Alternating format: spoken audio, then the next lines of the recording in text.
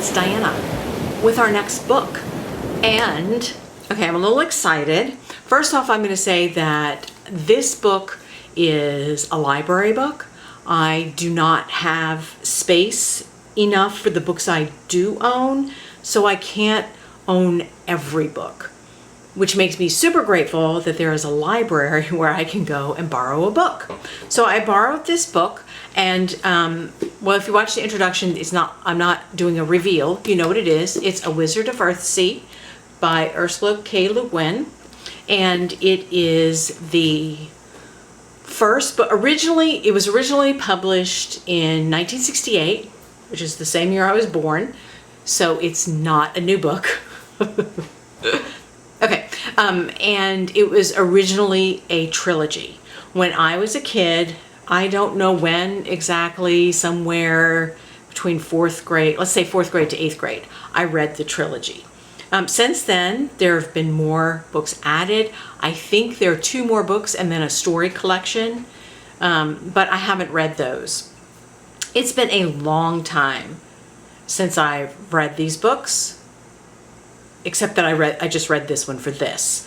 And I didn't read it thinking I was going to use it for this series on food. I read it because I was reading another book and it referred to it. And I thought, you know what, it's been a long time. I don't really remember it, but I remember enjoying it. Let's read it again. So I did. I did enjoy it. I very much only kind of remembered parts. Like, oh, thinking about the title, A Wizard of Earthsea, this gives us a big old clue that we're probably about to read a fantasy book. And we are. It is, Wizard of Earthsea is a fantasy book. And I'm going to say now, I don't know when I planned on saying it, but I'm going to say now that there are as I was reading this book, a lot of times I thought of Harry Potter, the Harry Potter series. Now, Wizard of Earthsea trilogy came long before Harry Potter, so it would be Rowling who would be influenced by Le Guin, not the other way around. And it would be completely interesting to find out how much influence Ursula K. Le Guin had on Rowling. Okay, so here's the copy that I got from the library, and it does, besides just the cover, and I'm going to say the illustrator. Oh, and it says drawings by Ruth Robbins. Because when I look at this, well, not so much this one. I'm gonna go into the book. Here we go. So I love this page, and I might take a still, but I've said that before, and then I don't do it. Here in this, at the beginning, is a map, and there's several things I want to say about it. These I want to call them thumbnails because that's what we call them now. Maybe they were called panels. These panels to me very much look like woodcuts. And there are 10 of them. There are 5 on each side.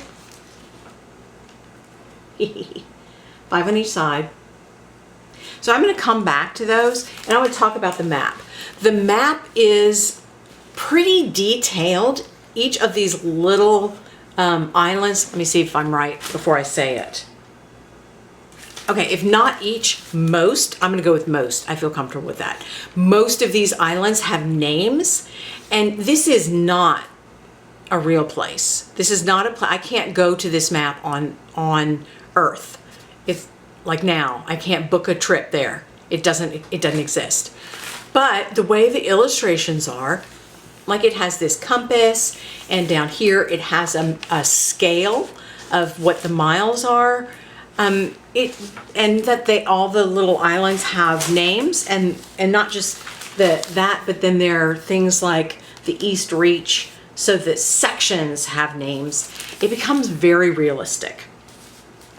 What I found out in reading is that that's me slowing down, because each of these panels shows up again as the picture for each chapter.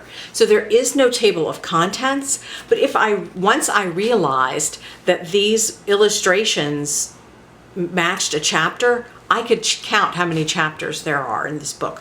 And remember, I said there are 5 and 5. So there are 10 chapters. I don't know what page they're necessarily going to start on, but So here's the first one. This is the first panel, and it corresponds with chapter 1. At first, when I wrote my notes about what to say, I was going to say that the panels have mostly nature and not many people, but there are actually a lot of figures, even though, okay, I gotta look, like this is a big figure here, and this is a kind of a smaller figure than the big one, but there is a figure. But the more I looked at them, the more I saw people. Like there's a tiny little, see if I'm even pointing to him, right there, tiny little person there, and some of the boats. Okay, I'm going to show the one that was my favorite to discover. La la la. Well, yeah. Okay, so in this round part, there's this boat right here, and it looks like there are oars sticking up, and that might be oars, but it might also be men holding oars, which I love that.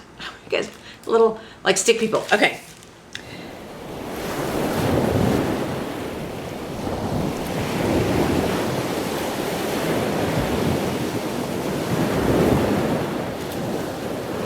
Is that maps show up within the book.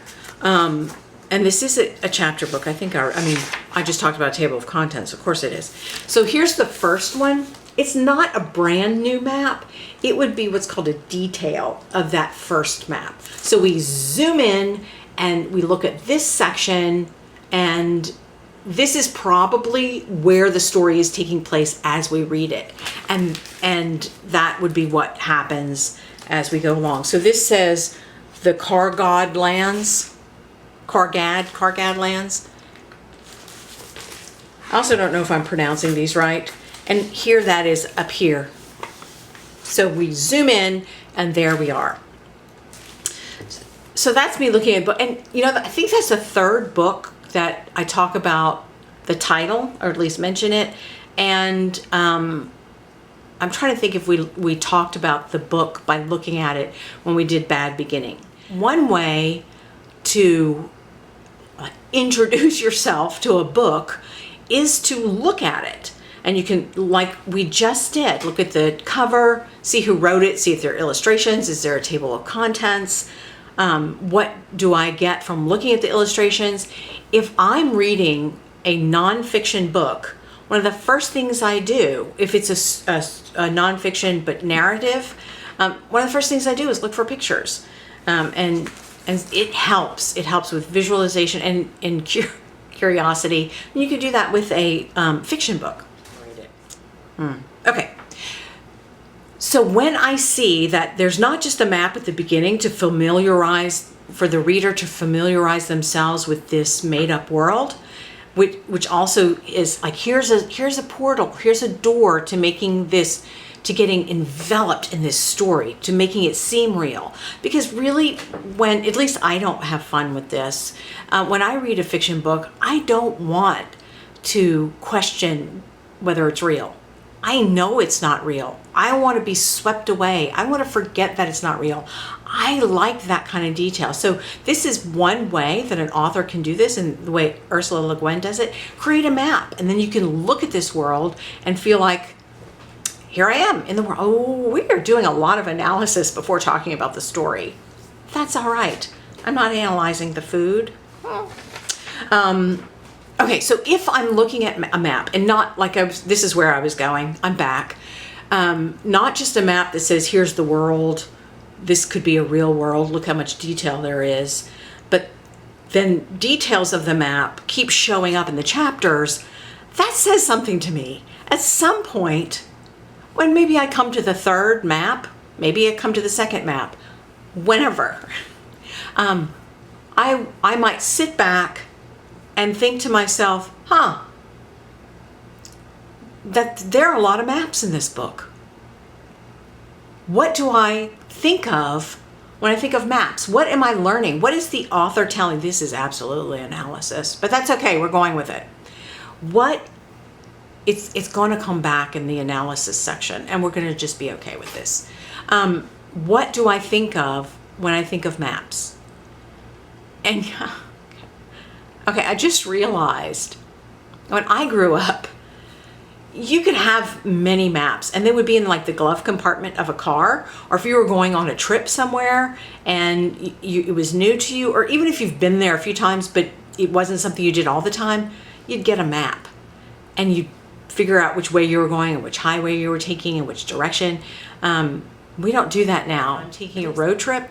I'm going to use a navigation app, so I don't have to look at a map and plot my direction. I have a little computer doing that for me. We're not going to talk about whether that's good or bad. So maybe having a map, if depending on how old you are, what your experience with maps are, maybe it doesn't bring anything up to you.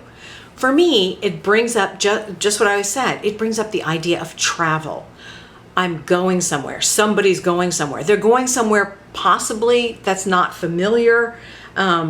Maybe there's a quest. Quests are big in literature. It also brings up to mind the master plot, hero takes a journey. The hero is going to go somewhere, which is also what a quest is. So there are several people that I've gained knowledge or ideas from. One is a professor who wrote How to Read Like a Professor. That's not the exact title. One is from a professor, I think I've used him before and mentioned him, that I've listened to his lectures from the Great Courses. And, there's Joseph Campbell who talks about hero and quest and all that. Okay, so you may not want to, or you may want to go and see what they have to say about it. And I'm also letting you know that some of these ideas aren't just from my brain. It's from my brain having crossed with other people's brains and bringing in their knowledge. Okay, so I said travel, quest, and hero takes a journey. The next thing I think of like under there, travel is movement. Generally, it's not somebody staying in one place. There's some sort of movement. A quest is searching, looking for something. And hero takes a journey. There's going to be some kind of change.